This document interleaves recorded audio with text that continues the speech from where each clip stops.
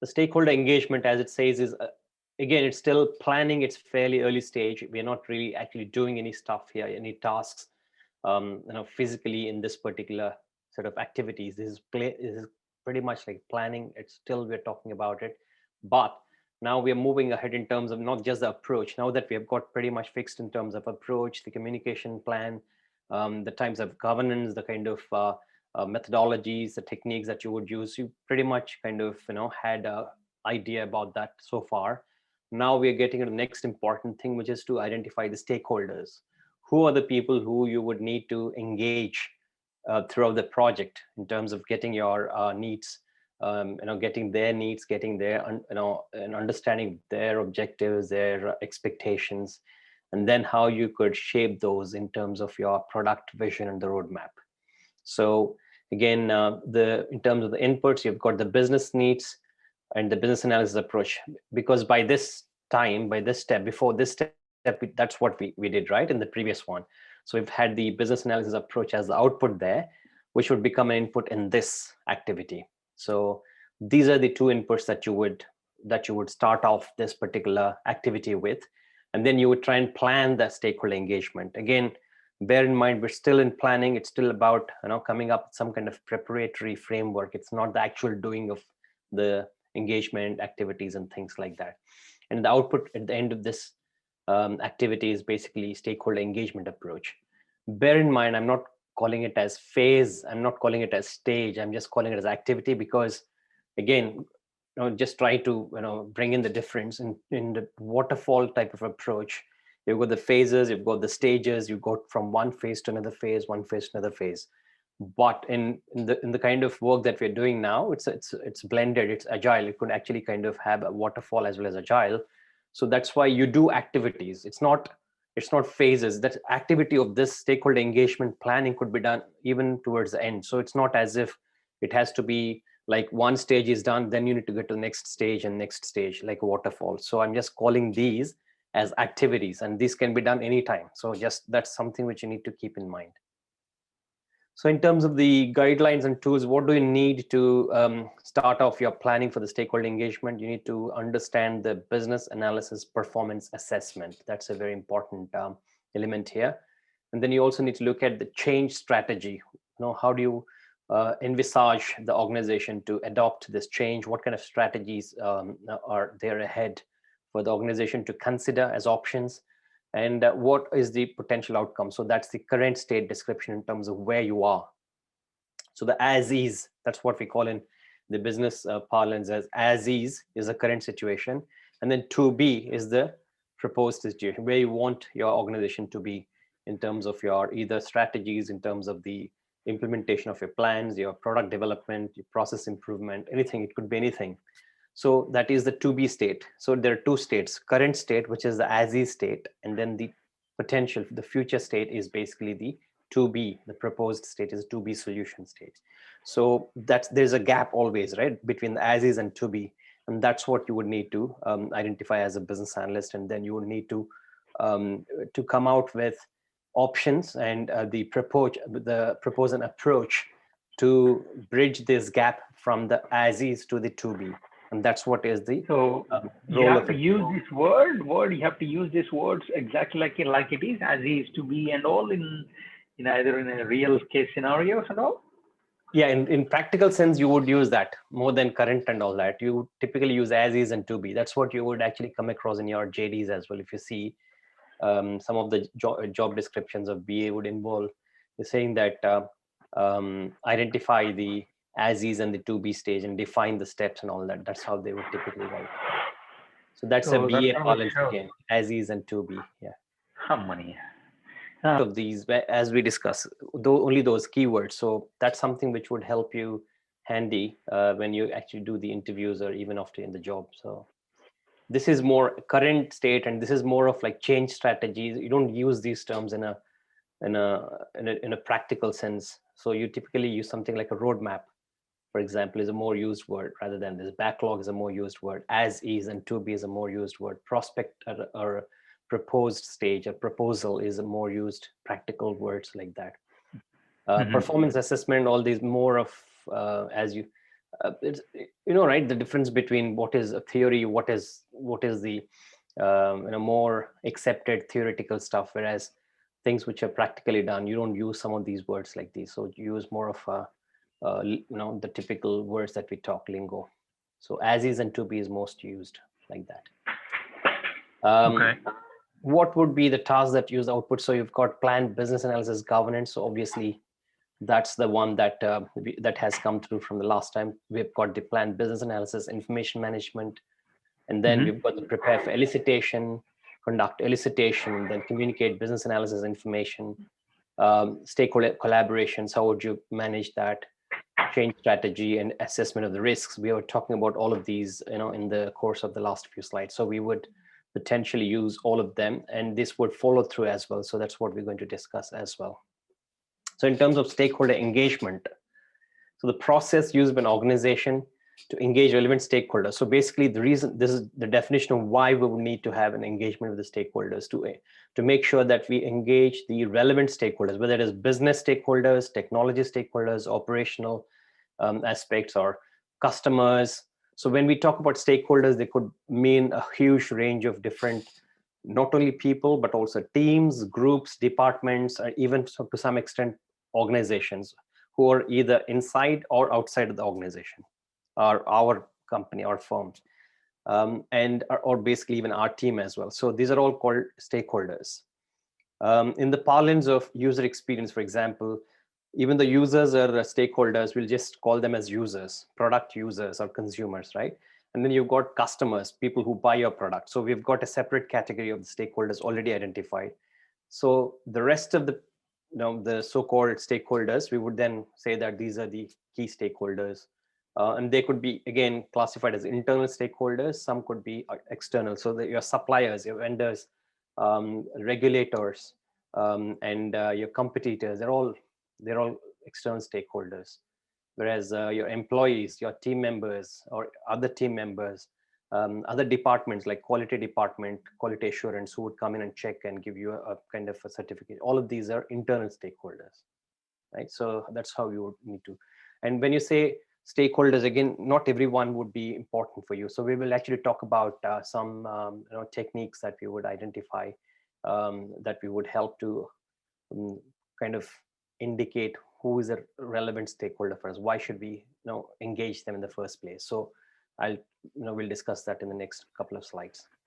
I think I'm pretty much aware of how to identify a stakeholder, because most of the times you're talking to a person who has got hardly any power to sign off the most important check, or whatever, or the key decision, and you're talking to somebody who would be of no use. And then you realize you spent 2 months dealing with this fellow, and the person above has a completely different idea or the things, and then you have to resume. So it is better, the sooner you identify who that person is, you save a lot of time and energy. Absolutely. And the whole, yeah, in fact, there is a good technique I would use. I would suggest it's called power interest grid. I was talking about it yesterday. We'll talk about it. So it's basically, it not only talks about the interest of the person in your initiative, whether it's a project, product, process, whatever it is, but also not just interest. They're not just showing interest, but they've got the power as well. They've got either the authority, or they've got the budgets, or they're the people who are sponsoring your project. So you need to match these two. Just because they're interested doesn't mean you keep engaging them. And if they don't have any say, or if they don't have the budgets, if they don't hold the strings to the purse, why would you try and impress them and keep them communicated, keep them informed every day? There's no point. So there's an interest, very, very useful tool that we would talk about in the next couple of slides, actually. So in terms of identifying, analyzing the stakeholders, so we've got decision-making authority and level of power or influence. So both are important. So one is obviously whether they've got the authority, and the other one is how much of power they have or influence they've got on our piece of work that we're doing, whether it's a small project, a product development, or it could be anything, or a process improvement. Thorough stakeholder analysis conducted to identify. So it's important that we do the proper analysis in the first place, so that, as you said rightly, stop wasting all the time, money, and effort in dealing with these stakeholders who are not useful at all. it would be really useful for us to start early and then engage the right set of stakeholders from the day one. And then analysis results help in planning for collaboration, communication. So obviously, it's not just identification, but once we have this identification done, then we can try and engage, come up with plans how to engage them, how to communicate with these key stakeholders, how to keep them informed, how to keep them more and more engaged in terms of what is happening. So then you can come up with the plans for those kind of things. So as BA, what do we need to do? So basically, this is what is called the conducting of the stakeholder analysis. And in this kind of activity, what is important is we need to identify the stakeholders based on their power to influence and also the interest, as we discussed. So high power, high interest, and low power, low interest. Some people are having both high power as well as high interest. So you're most likely to keep them engaged, most likely to actually kind of keep them updated about what's happening on the project, because they not only have the interest, but also they've got the power, they've got the authority. And some other people who've got low power, low interest, you don't need to bother about it, just ignore. Just don't bother about them, because you don't want to waste your time, money and effort and are trying to communicate with them. Just ignore them. And then there are some people who have got a mix of this, they've got high power and low interest, and low power, high interest. So we will talk about how that could be managed, right? And then this is very important. Why do we need this? Because if we do not know the key stakeholders, then we would miss the critical needs. We're missing totally important picture in this whole thing, and then we would lead completely different channel. We'll take a different route, and that would take us to a completely different direction than what we expect. So it's better to actually identify the key stakeholders and start addressing those. So this is something which is what I've created for easy purpose. We have created this, I think, good 4 years ago, this infographic. So basically, if you look at this, this is also called as PIG, Power Interest Grid. And here you're talking about the interest, the stakeholders' interest in your initiative, project, change program, product development, whatever it is. So essentially, process, anything that you're working on is on this axis, x-axis, and the y-axis you plot the power or authority within the organization, their power or authority. So this is the power and this is interest, right? And then here you start with low, medium, high, let's assume, and then there's no such thing as you need to plot like 0 to 100 and all that. That's nonsense. So just stick to the basics and just call it as low, medium, high. That means low power. Sorry. Is the official grade, or what is it? This is a tool, but we created this as an infographic for you, so it's easy for you to relate to. I have a video also. I can share that with you. Yeah. This is basically a tool that it's an industry standard tool called Power Interest Grid. Different people have got different ways of showing it, but we created this. We showed this way to. We created this, and we are using it to convey what we want. It's a very powerful way. So if it's a low power, basically here on this x-axis, there's low power, and it grows as you go from left to right. So it's medium power, and then you've got very high power, yeah, and power interest here, and then the power is on this axis. Sorry, so you've got low interest, and then here low interest, medium interest, high interest, and here you've got low power, medium power, high power, yeah. It's simple. So did you get this axis? Yeah, so you just plot the interest. Yeah, I got it. Here, and then power is on this axis, okay? And then you've got people on, for example, just draw some lines here, assuming that you've got 3 lines, one line here and another line here, perhaps another line here, and then you draw another 3 lines here, for example. So that becomes a kind of a matrix, 3 by 3 matrix, 9, okay? So you've got low power, low interest, okay? So keep it low key. You don't have to worry about it, actually. Just ignore them. Okay, people who don't have any power and who are not interested in what you're doing, why would you bother even updating or sending reports? You just ignore them. And people with medium interest and and still they've got low power. All you need to do is medium to high interest. If they're still interested in what you're doing, what's happening, what is the project, which project are you working on, how is the project going? It's more or less like a kind of a water cooler moment, right? So you just happen to meet near the water cooler and talk about, hey, what's up, how is it going? Yeah, it's good. people, they don't have any power, they can't do anything to help you. So why do you want to unnecessarily waste your time? So you just kind of inform them, yeah, it's good, that's going on well, okay, no problem. So far the team is getting in there with, so you just talk a little bit about that. You don't have to ignore them, but at the same time you don't really engage with them too much. But when you have some power, right, the medium, so basically the medium, and people, whether they have got interest, no interest, or medium interest or high interest, doesn't matter, they've got some power and let's say some interest into what's happening, you just keep them on your side basically. So basically try and say, yeah, I just thought I would let you know, so send a report every month, 1 month, 2 months. So basically these are the people who are in the senior management or middle management, not from your team, not from your department, but from a different department, right? But they would have actually got something. For example, somebody like, if it's a technology project, somebody from a different business organization, business unit. If it's a marketing project, CRM that we're talking about, customer relationship management product that you're trying to to deploy and develop and deploy into your organization, obviously the customer and the marketing team would be very, very interested. The sales team would be very interested. IT team is the main stakeholder. So for example, if it's the HR team, right? If this guy is HR head of HR, and he would just generally understand, okay, well, how is this project going?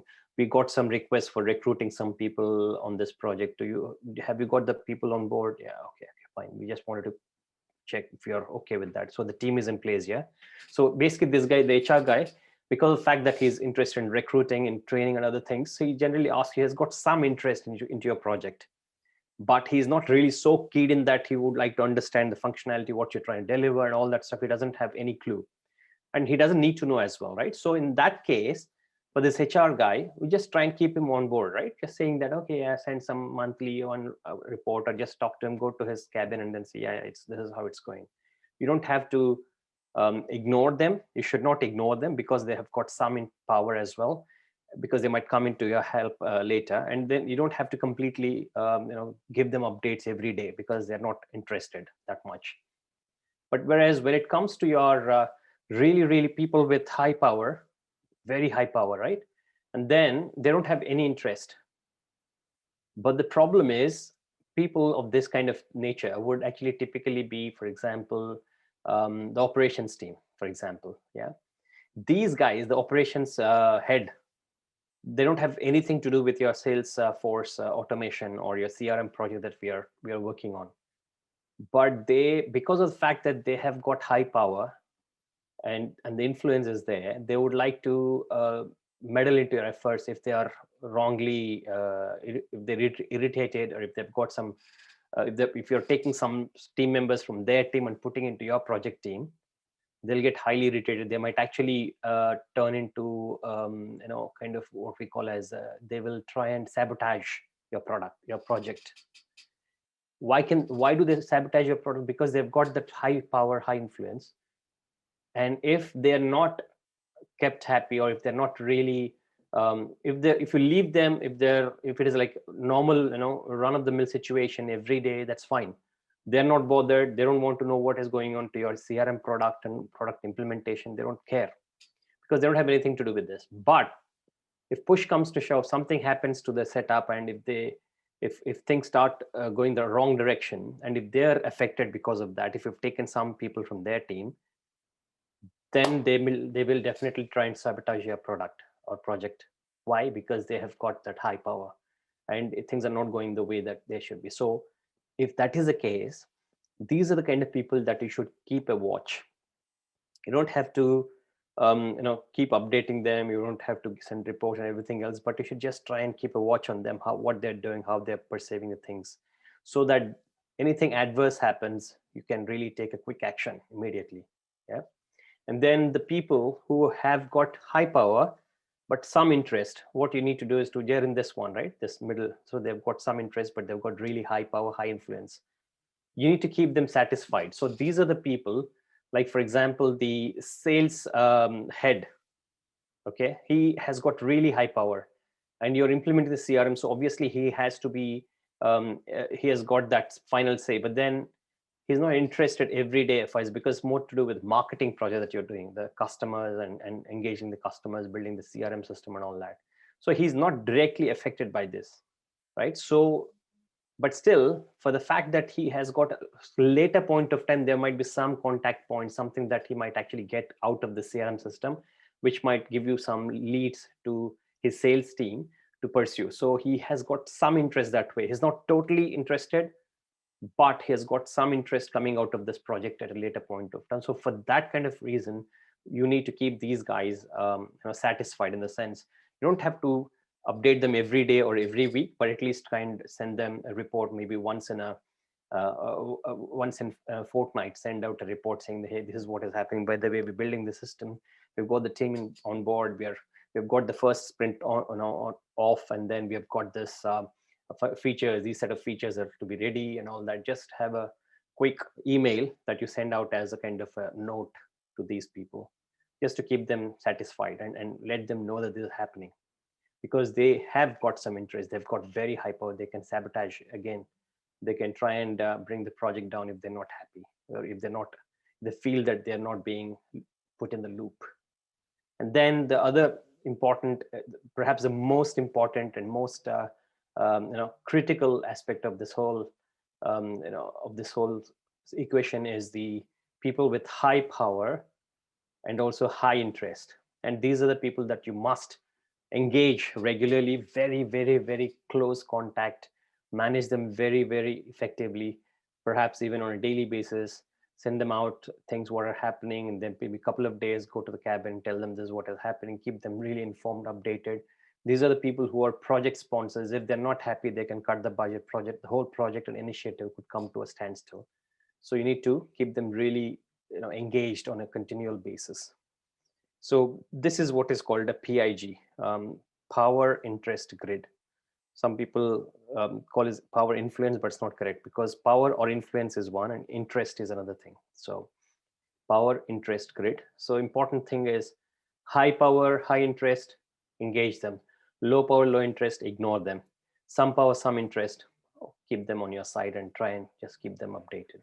Yeah, that's the whole idea. Okay. So again, this is what another thing here. Power of influence of stakeholders. Again, interest of stakeholders. It's not influence of stakeholders. It's interest.